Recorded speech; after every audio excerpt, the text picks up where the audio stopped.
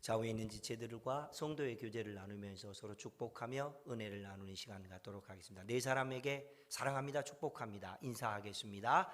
사랑합니다, 축복합니다.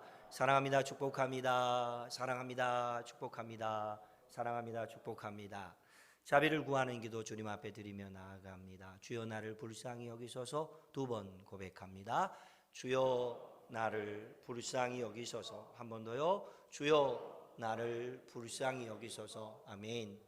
베푸신 귀한 은혜와 하나님의 놀라운 사랑이 오늘 예배하는 저와 여러분들 가운데 함께 하시게 되기를 주의 이름으로 축복합니다. 목사가 되니까 사람 만날 일이 참 많습니다. 그런데 또 만나면 늘 또 음식을 같이 먹거나 식사를 해야 되는 일들이 또 많이 있게 됩니다. 사람들은 저에게 이렇게 묻더군요. 목사님은 어떤 음식을 좋아하세요? 이렇게 말하면 제가 만약에 갈비를 좋아한다 그러면 맨날 갈비만 먹자 할 거잖아요. 그래서 제가 이렇게 말했습니다. 저는 써서 못 먹습니다. 그랬더니 저희 교회 식구들이 처음에 제가 이 말을 했더니 멀뚱멀뚱 쳐다보더라고요. 그래서 제가 이렇게 말했습니다. 그 말은요, 없어서 못 먹습니다 라는 뜻입니다. 뭐든지 잘 먹으니까 먹는 것 때문에 걱정하실 필요는 없습니다. 그런 뜻이었습니다. 저는 고향이 섬입니다. 물고기를 잡고 낚시하고 뭐 그런 걸 참 좋아했고 어린 시절이 그게 아주 추억으로 남아있는 그런 시간입니다. 여러분 생선을 먹을 때 어떻게 해야 맛있었습니까? 일부 예배 때 제가 물었더니 한 분이 이렇게 대답하더군요. 취향껏 따라 먹으면 되죠. 뭐 그렇게 말씀하시다. 그렇죠. 뭐 취향껏 먹으면 되죠. 그런데 제가 먹어본 많은 생선들 중에 특별히 소금 발라서 숯불에 구운 생선이 진짜로 맛있더군요. 동의하시죠? 그런데 또 생선이 맛있는 경우는 어떤 경우냐면요. 사랑하는 사람과 함께 먹은 생선은 진짜로 맛있더군요. 또 맛있는 생선이 있었는데 어린 시절이면 늘 낚시하러 가서 낚아서 솔방울이나 여러 부재료들을 주워다가 불 피워놓고 난 다음에 구워 먹었던 생선이 늘 있었습니다만은 그런데요, 진짜 맛있는 생선은요, 내가 살아가야 할 인생의 방향과 삶의 목적과 의미를 깨닫고 난 다음에 먹은 생선은요, 참 꿀맛이었습니다. 그런데 오늘 성경 본문에 보니까 예수님께서 사랑하는 제자들과 함께 숯불에 구운 생선을 먹고 있습니다. 얼마나 맛있을까요?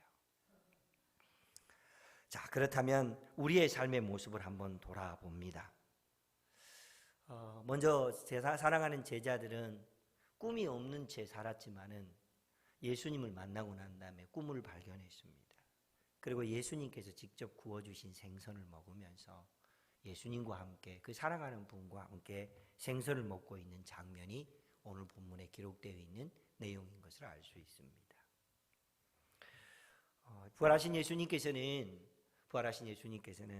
예루살렘에서 유월절과 무교절을 다 보내고 난 다음에 모든 순례객들이 다 각자의 고향과 집으로 돌아갈 때쯤 사랑하는 제자들이 골방에서 이제 우리도 떠나가자라고 그렇게 대기하고 있을 때에 그곳에 찾아가셨죠. 처음 찾아가셨을 때에는 도마가 없었지만은 그날 8회째 되는 날은 도마 사도도 그곳에 있었을 때에 예수님이 찾아가셨습니다. 그때 도마 사도는 유명한 신앙 고백을 했지요. 나의 주님이시며 나의 하나님이십니다. My Lord is my God.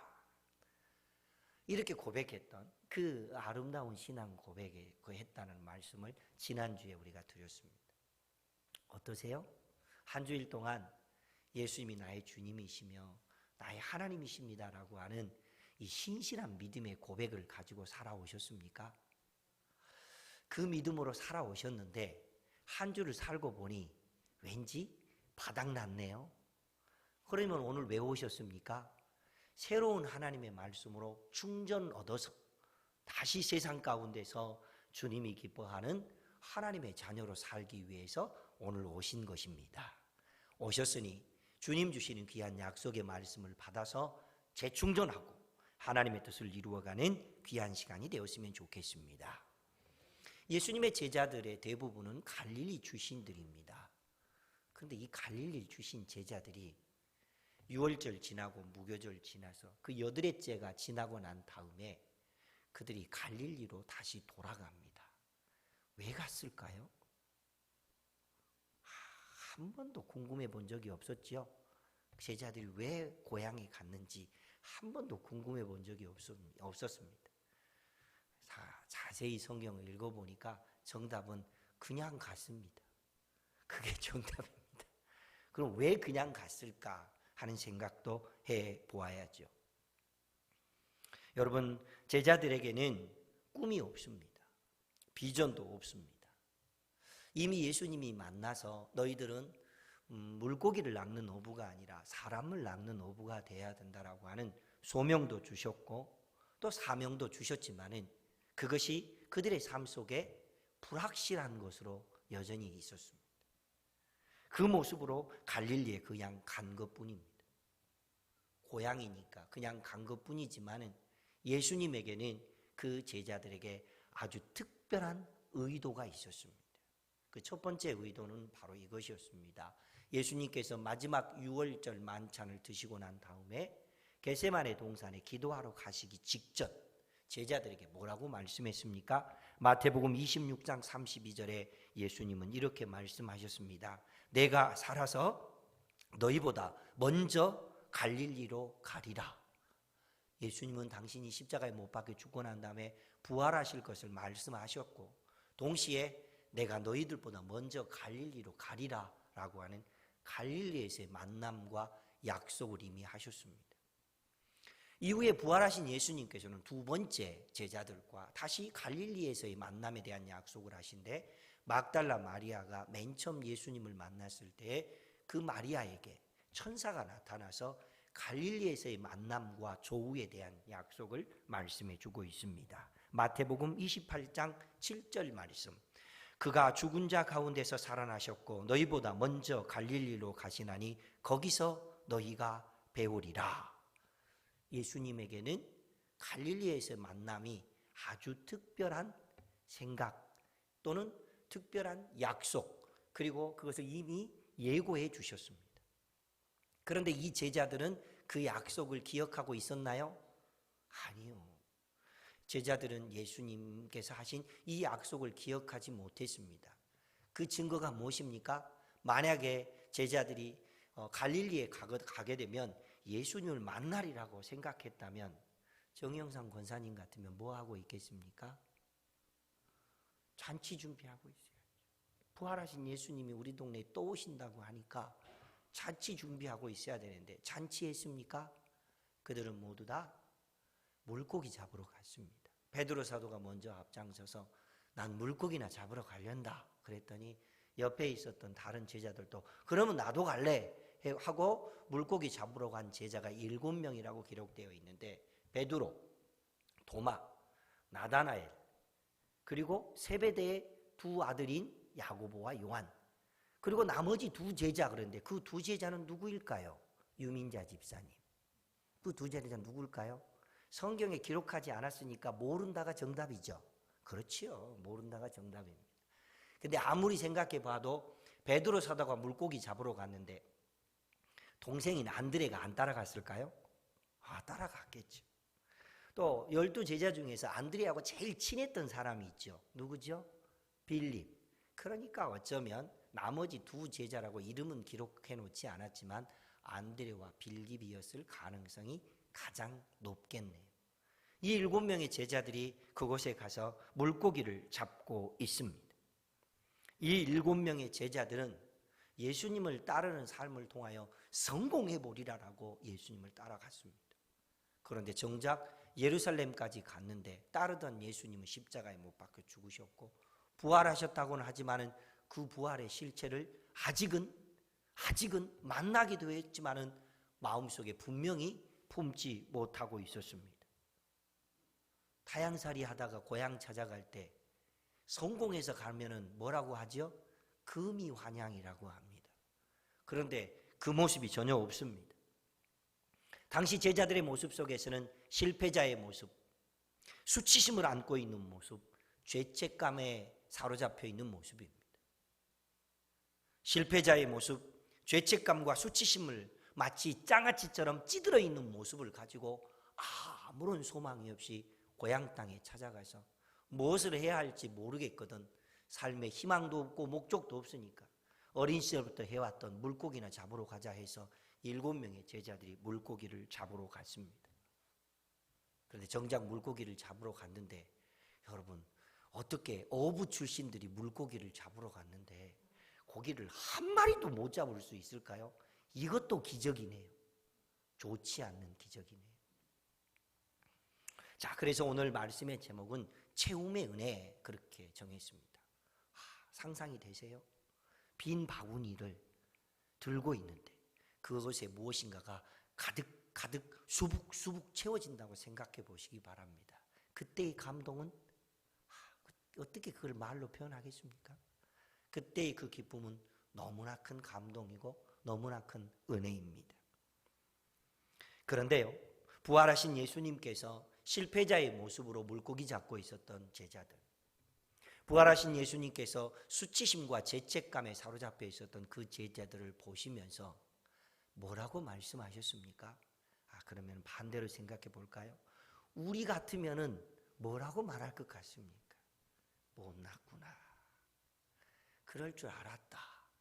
아마 우리 같으면 그렇게 말했지 않을까 싶습니다. 그런데 여러분, 우리가 자녀들을 낳아 기르면서 지금까지 혹시라도 부지 중에 못났구나, 그럴 줄 알았다, 이런 말을 했다면 오늘부터는 하지 마시기 바랍니다. 그런 말은 입에도 담지 마시기 바랍니다. 왜 그렇지요? 못났구나 혹은 그럴 줄 알았다, 이 말은 용기를 주거나 힘을 북돋워주는 말이 아니라 그들이 하고 있는 행동과 마음 자세를 향하여 비난하는 말이기 때문입니다. 비난하는 말을 듣고 용기를 얻을 사람이 어디 있겠습니까? 비난하는 말을 듣고 새로운 마음을 가져보고 뭔가를 해야겠다는 용기를 얻을 수 있는 사람이 어디 있겠습니까?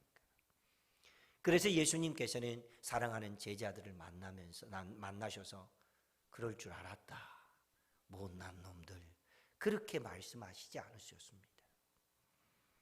오히려 예수님께서는 실패한 그들을 보시면서 빈 그물만 가지고 있는 그들의 모습을 보시면서 배 오른편에 그물을 던져보아라, 그리하면 잡게 될 것이다 말씀하십니다. 근데 오늘 본문 말씀을 읽고 보면 내용이야 뭐 뻔한 얘기지만은 아주 궁금한 내용이 참 많이 있습니다. 그 첫 번째 궁금한 내용은 3년 동안이나 예수님과 함께 동행했던 제자들이 새벽녘이라 해무가 끼어서 저기 무태에 있는 사람이 잘 안 보일 수도 있겠지만은 예수님이 그 무태에서 이렇게 걸어 다니시는데 한 명도 아니고 7명의 제자가 어떻게 예수님을 못 알아볼 수가 있죠? 참 이것도 궁금합니다. 나는. 또 거기까지야 못 알아볼 수 있겠지만은 예수님께서 제자들을 바라보면서 너희에게 물고기가 있느냐 불렀는데 역시 그렇게 말씀하셨는데도 예수님인지 못 알아봅니다. 진짜로 이상한 사람들입니다. 결국 이번에는 예수님께서 없다라고 말하는 말씀을 듣고 난 다음에 그러면 그물을 배 오른편에 던지도록 하여라, 그러면 잡게 되리라 말씀하십니다. 그때까지도 평소에 베드로 사도가 처음 부름받을 때 물고기 잡다가 한 마리도 못 잡았는데 무태 와서 터덜터덜한 모습으로 있을 때 주님께서 깊은 데 가서 그물을 던져라 할 때 많이 잡은 이야기를 3년 동안 다니면서 얼마나 많은 얘기를 했을까요? 그 얘기들을. 그러니까 그 추억이 떠오를 만한데도 여전히 못 알아봅니다. 그리고는 배 오른편에 그물을 던져서 그물을 잡아 올리기 시작합니다. 여러분, 낚시나 그물을 해서 물고기를 잡아본 적이 있습니까? 그 손끝에 전달되어 오는 그 손맛과 그 묵직하게 뭔가가 끌려오는 그 느낌이요, 얼마나 재밌는지 모릅니다. 안 해보면 모릅니다. 그게 얼마나 재밌는지 모릅니다. 그런데 밤새 물고기 한 마리도 잡지 못하고 그렇게 있다가 오른편에 그물을 던졌던 이 7명의 제자들이 그물을 끌어올리기 시작합니다. 그때 좀 전까지만 해도 그렇게 빈 그물질만 했던 그 가벼운 그물이 묵직함을 느끼고 그 그물 안에서 물고기가 살아 움직이면서 퍼덕거리면서 두두두둑 하는 그 소리가 느낄 때, 그 느낌이 손끝으로 전달되는 손맛이 느껴질 때, 그때 비로소 그 제자들 중에 가장 먼저 촉이 있었던 한 제자가 하나님의 함께 하심을 경험하게 됩니다. 그가 누구였죠?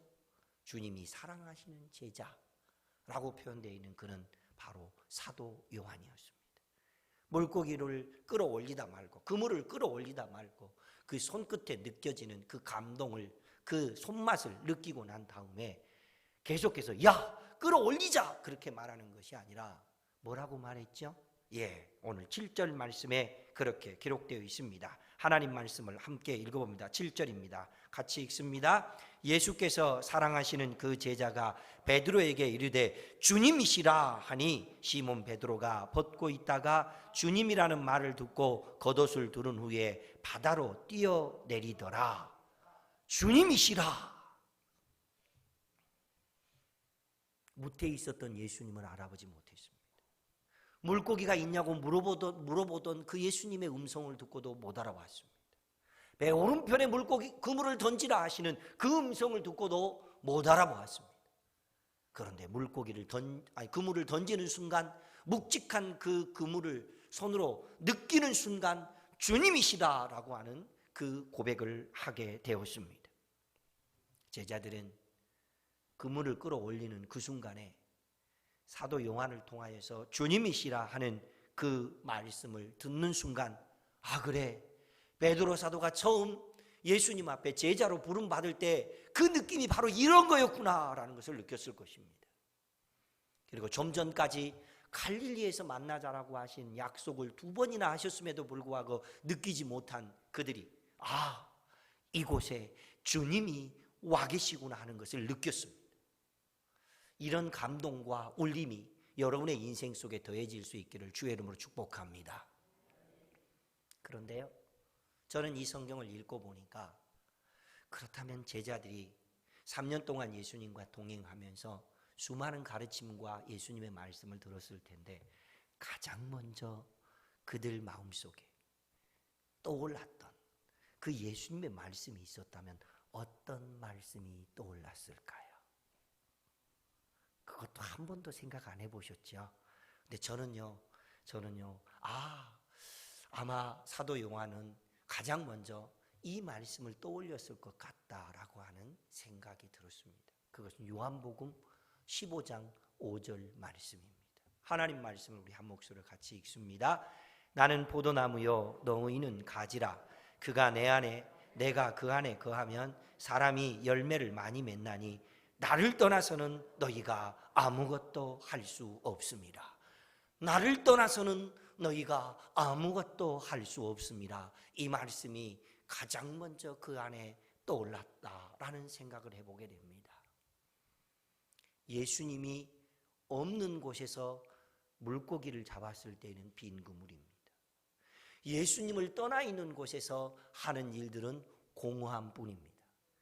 예수님의 손을 붙들지 않고 하는 일 속에서는 아무리 수고하고 애를 썼어도 만족할 만한 결과가 열매가 없었습니다. 이게 제자들의 삶의 모습이었습니다. 그렇다면 우리는 어떠합니까? 예수님을 떠나 있는 곳에서 했던 일, 예수님의 손을 놓치고 했던 일, 예수님과 동행하지 않고 살아왔던 삶의 자리 속에서 어떤 만족, 어떤 체험, 어떤 기쁨, 어떤 만족이 있었습니까? 제자들은 그 순간 내가 주님을 떠나 있었구나. 제자들은 그 순간 내가 주님의 손을 놓치고 있었구나.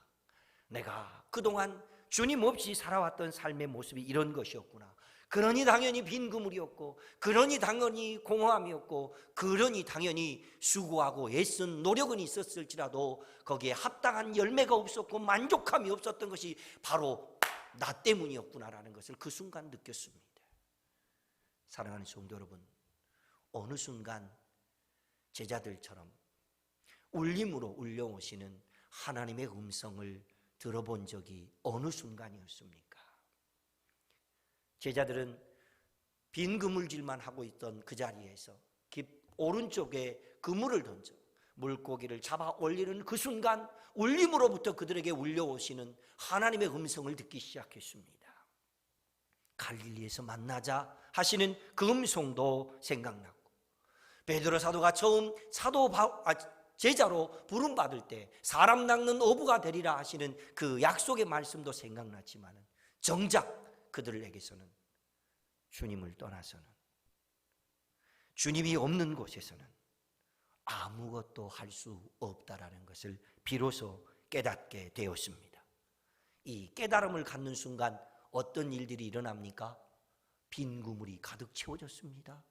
공허한 마음속에 하나님 주시는 소명과 약속이 분명해졌습니다. 수고하고 애쓴 것 속에서 아무런 열매와 결과와 만족도 없었지만은 하나님이 함께 하시는 곳에는 이런 놀라운 은혜와 감동이 있구나라는 것을 알게 되었습니다. 이것을 보고 뭐라고 한다고요? 따라합니다. 채움의 은혜. 그렇습니다. 이런 채움의 은혜가 오늘 예배하는 저와 여러분들 가운데 함께 하시게 되기를 주의 이름으로 축복합니다. 예수님이 함께 하시면 무거워서 끌어올릴 수 없을 만큼의 가득 찬 그물을 가질 수 있게 됩니다. 예수님이 함께 하시면 공허했던 그 마음속에 가득 채워주신 하나님의 은혜와 능력을 경험하게 됩니다. 예수님이 함께 하시면 수고한 모든 수고에 대한 대가와 만족을 얻게 해주시는 것, 열매를 풍성케 하시는 분, 그분이 바로 우리 주님이신 줄로 믿습니다. 이 약속의 말씀은 7명의 제자에게는 너무 소중한 일이고 중요한 일이었습니다. 그렇죠? 그들은 삶의 목적도 없었고, 내가 왜 다시 고향 갈릴리에 와서 물고기나 잡고 있을까? 삶의 목적과 의미 자체도 없는 불확실성에서 살아가고 있었던 그들이었는데, 우리 주님이 그들을 찾아가 주심으로 인하여서 그들의 인생 속에 물고기를 잡다가 오른편에 던졌을 때 물고기 잡아 올리는 그 순간 울림으로 올려주시는, 나를 떠나서는 너희가 아무것도 할 수 없음이라고 하는 이 말씀은 그들에게 인생 속에 중요한 사건이었고 중요한 일이 되었습니다. 그렇다면 이 일은 성경을 처음 읽게 될, 요한복음을 읽게 될 처음 읽었던 독자들에게는 얼마나 중요한 사건이 되었을까요? 아, 그래, 우리의 사랑스러운 사도들께서도 주님을 떠나서는 아무것도 할 수 없다고 하신 이 말씀으로 다시 주님 붙들었다니, 고난이 와도 핍박이 와도 우리는 주님 손잡고 가리라. 그 약속이 처음 성경을 읽었던 독자들에게 중요한 사건이었습니다. 사도 바울은 로마에 있는 성도들에게 편지를 쓰면서 로마서 12장 1절 말씀에 고통 중에 있는 그들에게, 고난 중에 있었던 그들에게, 인생에 분명한 소망이 없는 그들에게, 그러면서도 동시에 주님을 떠난 것과 떠나지 않는 것에 대한 분별이 분명하지 않았던 그들에게 로마서 12장 1절 말씀을 통하여서 중요한 가르침을 전달해 줍니다. 하나님의 말씀을 한 목소리로 같이 읽습니다. 함께 읽습니다. 여러분의 몸을 하나님께서 기뻐하시는 거룩한 산제물로 드리십시오. 이것이 여러분이 드릴 합당한 예배입니다. 이전 성경에서는 영적인 예배입니다, 그렇게 말씀하고 있습니다. 산제물이 되는 것, 산제물로 드려지는 것, 그것은 주님과 함께하는 것입니다. 주님 손 붙잡고 가는 것입니다. 하나님의 약속을 붙들고 품고 담아내고 살아가는 인생이 바로 산제물 되어지는 것입니다. 제 부임 이래로 하루도 빠지지 않고 하고 있는 기도가 있습니다. 주님, 우리 교회를 통하여서 세례를 받았던 분들, 우리 교회를 통하여서 임직을 받았던 분들, 우리 교회를 영혼의 고향으로 품고 있는 성도들 중에 주님을 떠나 있거나 예배에서 멀어져 있거나 기도의 줄을 놓치고 있는 사람들이 있습니까? 속히 돌아오게 하여 주십시오. 그 은혜를 약속의 말씀으로 받았던 사도들은 채움의 은혜를 경험했습니다. 그 은혜를 약속의 말씀으로 받았던 초기 교회 성도들은 채움의 은혜를 경험했습니다. 그 은혜를 약속의 말씀으로 받아냈던 로마 교회는 채움의 은혜를 경험했습니다. 이제 우리를 찾아와 주시면서 약속하시고 복 주시기를 원하시는 그 채움의 은혜를 주기를 원하시는 하나님의 약속을 담아내는 우리 모두에게, 우리 교회 위에, 여러분의 가정 위에, 여러분의 자녀 손들에게 우리 주님께서 채움의 은혜를 충만케 채워주실 줄로 믿습니다. 어버이 주일입니다. 조금이라도 못난 놈들, 그럴 줄 알았다, 이렇게 비난하지 마시고, 아들아, 딸아, 내가 주님을 떠나서는 아무것도 할 수 없다라고 하시는 하나님의 약속의 말씀을 내가 오늘 받았다. 그래서 내가 주님 손 붙들고 가고 주님과 함께 가려고 애쓰고 노력하고 있단다. 나와 함께 이 믿음의 길을 가자꾸나. 그래서 여러분의 자녀들을 세워내고 우리 교회의 다음 세대를 세워내서 하나님이 기뻐하는 믿음의 가정으로, 믿음의 교회로 세워지고 하나님이 복 주시는 채움의 은혜로 충만하여서 주의 영광을 위해 살아가는 복된 인생들 되시기를 주의 이름으로 축복합니다. 이 약속의 말씀을 여러분 마음속에 품어내시기 바랍니다. 나를 떠나서는 너희가 아무것도 할 수 없습니다 라고 하시는 이 약속을 붙들고 믿음으로 살아가는 복 있는 하나님의 사람들이 되시기를 주의 이름으로 축복합니다. 주신 약속의 말씀을 기억하면서 우리 함께 기도할 기도의 제목을 이렇게 정해보았습니다. 함께 있습니다. 주님에게서 멀어지지 않도록 나를 붙들어 주시고 자녀들이 몸으로 산 제물 되도록 이끌어 주옵소서. 아멘. 이 약속의 말씀을 기억하며 이 기도를 붙들면서 우리 함께 나 자신을 위해서, 여러분의 가정을 위해서, 여러분의 자녀손들을 위해서, 우리 교회 다음 세대를 위해서 함께 주의 이름을 간절히 부르면서 함께 기도하며 나아갑니다. 기도하겠습니다.